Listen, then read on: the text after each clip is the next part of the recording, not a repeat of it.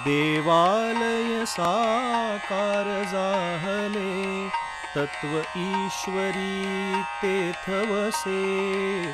भारवाही आधार तयाचा, निश्चलपण पायात बसे.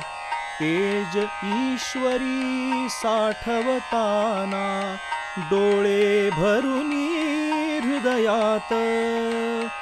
पत्थर पायातील सुदे, कुठेतरी पण स्मरणात. पत्थर पायातील सुदे, कुठेतरी पण स्मरणात. पत्थर पायातील संघस्थापनेच्या शताब्दीनिमित्त सादर आहे संघव्रती कार्यकर्त्यांची जीवनगाथा. विद्यानंद शेणॉय. भारत माता की जय आणि वंदे मातरम यासारख्या घोषणा आपण सगळेच जण अनेक वेळा देत असतो. परंतु या भारतभूमीच्या कुशीत वसलेली हजारो स्थानं, तीर्थक्षेत्र, पर्यटन स्थळं, महापुरुषांची जन्मस्थानं आणि कर्मस्थानं यासंबंधी सामान्यतः कोणाला फारशी माहिती नसते. भारत दर्शन या कार्यक्रमाच्या माध्यमातून यासंबंधीची माहिती देऊन लोकजागरण करण्याचं खूप महत्त्वाचं काम श्री विद्यानंद शेणॉय यांनी केलं. त्यांचा जन्म कर्नाटकमधील प्रसिद्ध तीर्थक्षेत्र शृंगेरी येथे झाला होता. श्रीमती जयम्मा आणि श्री वैकुंठ शेणॉय यांच्या 5 मुले आणि 8 मुली असलेल्या कुटुंबात विद्यानंदजींचा 7वा क्रमांक होता. त्यांचे वडील केळी विकून चरितार्थ चालवत असत. वयाच्या 7व्या वर्षापर्यंत विद्यानंद फारच कमी बोलत असे.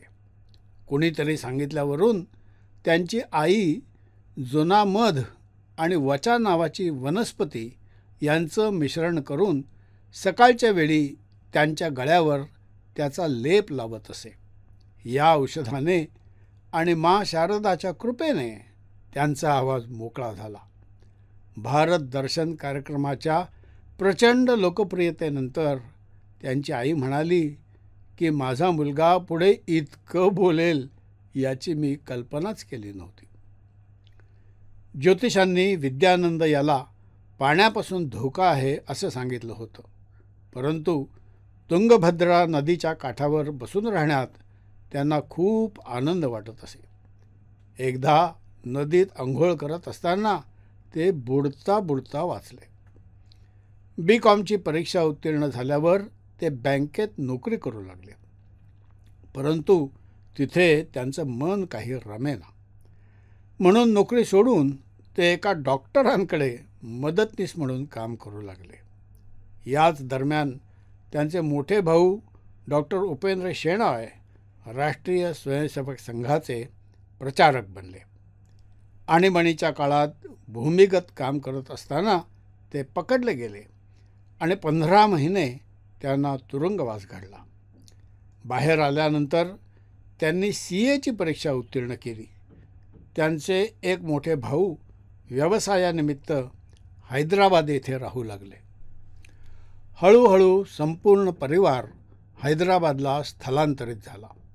परंतु एक दिवस विद्यानंदजीसुद्धा घर सोडून संघाचे प्रचारक बनले. संघ शिक्षा वर्गामध्ये मानचित्र परिचय असा कार्यक्रम होत असतो. हा कार्यक्रम जरा अधिक रंजक व्हावा असं श्री विद्यानंदजी आपल्या वरिष्ठ कार्यकर्त्यांना सांगत असत. कर्नाटकमधील ज्येष्ठ प्रचारक श्री कृष्णप्पा यांच्याच प्रेरणेने ते प्रचारक बनले होते. विद्यानंदजी यांची या विषयातील गोडी ओळखून कृष्णप्पा यांनी त्यांनाच हा विषय विकसित करायला सांगितलं. त्यानंतर विद्यानंदजी शाखाशाखांवर तसंच निरनिराळ्या शाळांमधून भारत दर्शन या नावाने हा कार्यक्रम करू लागले. सांस्कृतिक भारताच्या मानचित्रामध्ये पवित्र नद्या, पर्वत, तीर्थक्षेत्रे, हे सर्व पाहताना आणि त्यांची माहिती समजून घेताना सारे श्रोते मंत्रमुग्ध होत असत.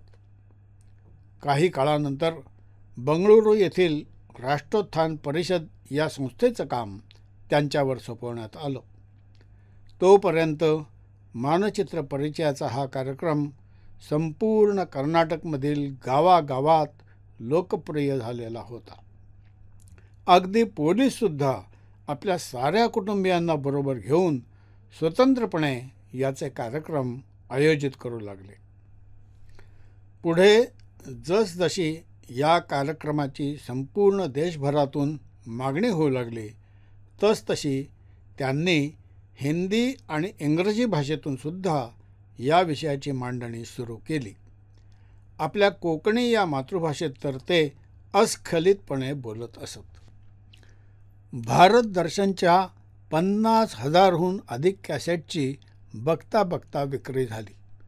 अशा प्रकारे भारत दर्शन या कार्यक्रमामुळे युवा पिढीमध्ये देशदर्शनाच्या बाबतीत नवीन जागरूकता आणि उत्सुकता निर्माण झाली.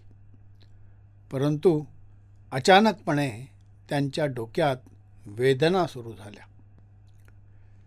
काम करता करता अचानक डोळ्यासमोर अंधारी येऊ लागली. सर्व प्रकारच्या तपासण्या झाल्यावर लक्षात आलं की त्यांच्या मस्तकामध्ये एक मोठी गाठ बनलेली आहे. तो एक असाध्य रोग होता.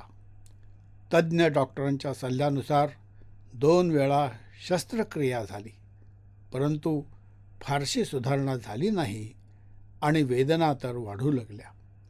तशाच अवस्थेमध्ये 26 एप्रिल 2007ला वयाच्या केवळ 55व्या वर्षी बंगलोरच्या एका रुग्णालयात आपले मित्र आणि कुटुंबीय यांच्या उपस्थितीतच त्यांची प्राणज्योत मालवली.